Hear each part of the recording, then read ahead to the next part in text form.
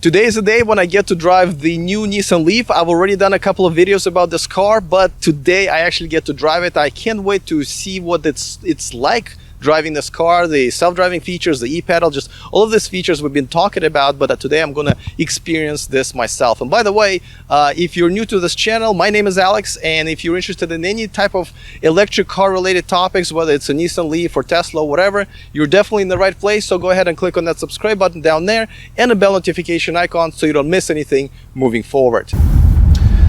All right, so here we are. I am behind the wheel of the new Nissan Leaf, and I already have the e-pedal on. And basically, I think the difference between the e-pedal and a regular drive here is the difference between having a creep on and creep off if you have a Tesla. So basically, but except for in this case, the car will come to a complete stop. You still have to kind of time it perfectly, and I think it just comes with time. But it's actually pretty cool. The other thing is that even if you're up the hill, it will still stop and kind of lock the car in that position, and rather than roll back like you would in Tesla. So I thought that was kind of cool. And now I'm going to activate the ProPilot Assist here, and it's right on the wheel. You can set the distance. All of the features are very similar to what I have in my Tesla with an Autopilot 1.0. And then I'm going to say set. It's in full autopilot mode, and it's actually going to stop. Hopefully it did. And well, now it's telling me to put my hands on the wheel, and as you can see, it's steering me all the way to the car. But overall, the car is pretty roomy. I have to say, I don't feel cramped like I thought I would, which is surprising. And also, it just drives very easy. I feel like the driving is tight, but I don't have to put an effort into steering it. I don't feel like it's getting away from me.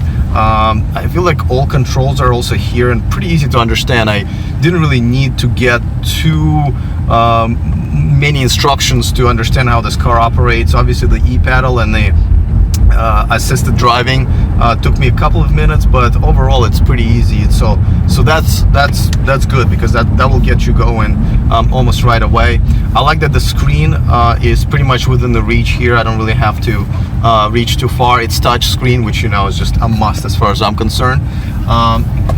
Yeah, I mean, I'm pretty impressed, and it definitely has a bit of a torque as well, which is a good thing, because as you remember when I was reviewing the Chevy Bolt, even though the torque was there, I felt like it was lagging a little bit, like it was a gas engine. But now it still has a little bit of a lag though.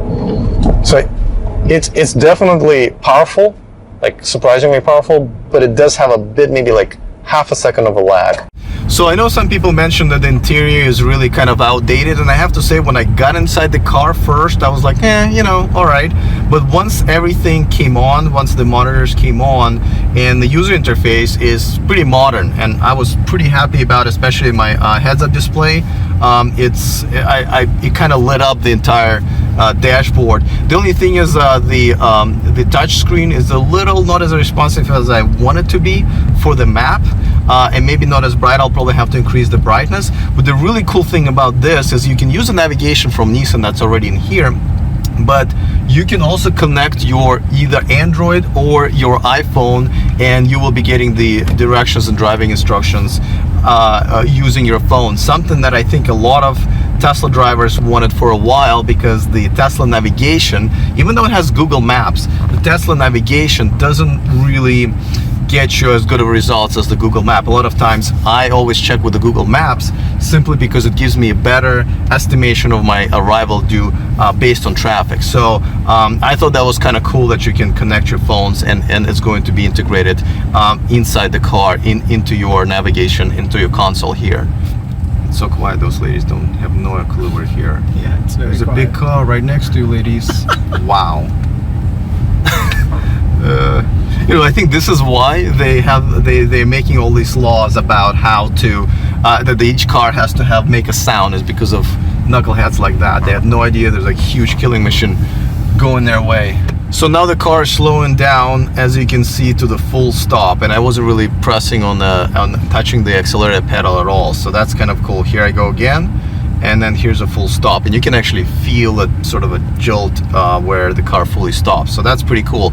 I think I have to admit, I thought the e-pedal was kind of silly at first, but now that I see how because people are comparing it to the golf cart, and I think that maybe, I mean, this is way better than that because it's actually pretty smooth, and as long as you time it correctly, I think that's actually not a bad feature. So I'm kind of turning around on this one. One feature that I actually really like, and I've seen this in Infinities before, is a 360 view of your car. So this way it's almost like a drone is hovering over you and taking the footage. So this way you can't, and it's impossible to hit anything in there because someone's walking by the way, and the sensor just sensed that.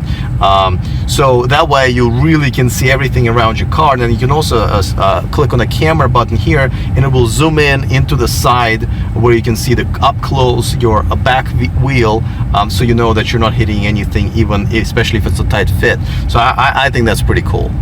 All right, well, now I'm even more impressed with the car now that I drove it, and it feels pretty good. The driving assistant feels almost like I feel in my Tesla, and I have a 1.0 autopilot. I mean, I'm sure it's only going to get better with time. Now, I've already mentioned that the look of this car is way better than the previous one. I feel like it's actually pretty good.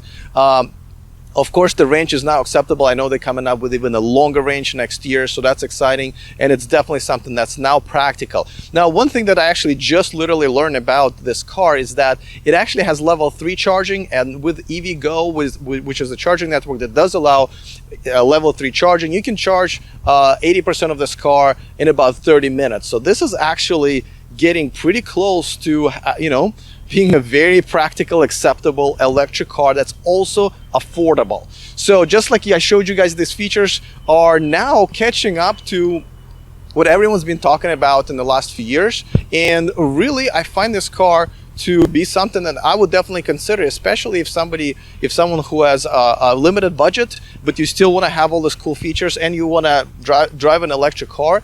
This is actually a very, very good choice. Now, this car is already being sold in Europe, and they are going to start selling it in the United States in the beginning of next year, so it's very soon. So yeah, I have to say, I'm actually surprisingly impressed, even more, though I didn't really think I would be able to, because I was already saying, well, that's not bad, good, not a bad second generation car. So now that I drove it, now that I realized that you can charge it at level 3, it is definitely a pretty good damn choice. Now, the only thing is, of course, people ask a lot of questions about the active thermal management system, which this one doesn't have. Now, Nissan does claim that this is not going to have as many problems as the previous generation has with battery degradation, but I guess only time will tell and see how many issues, if any, they're going to have and what they're actually going to do about it. But other than that, I would strongly recommend everybody taking a look at this car and taking it actually a little bit more seriously, which I haven't been until pretty much this last couple of months. Well, that's it for me here. I will see you guys next time, and remember to stay charged.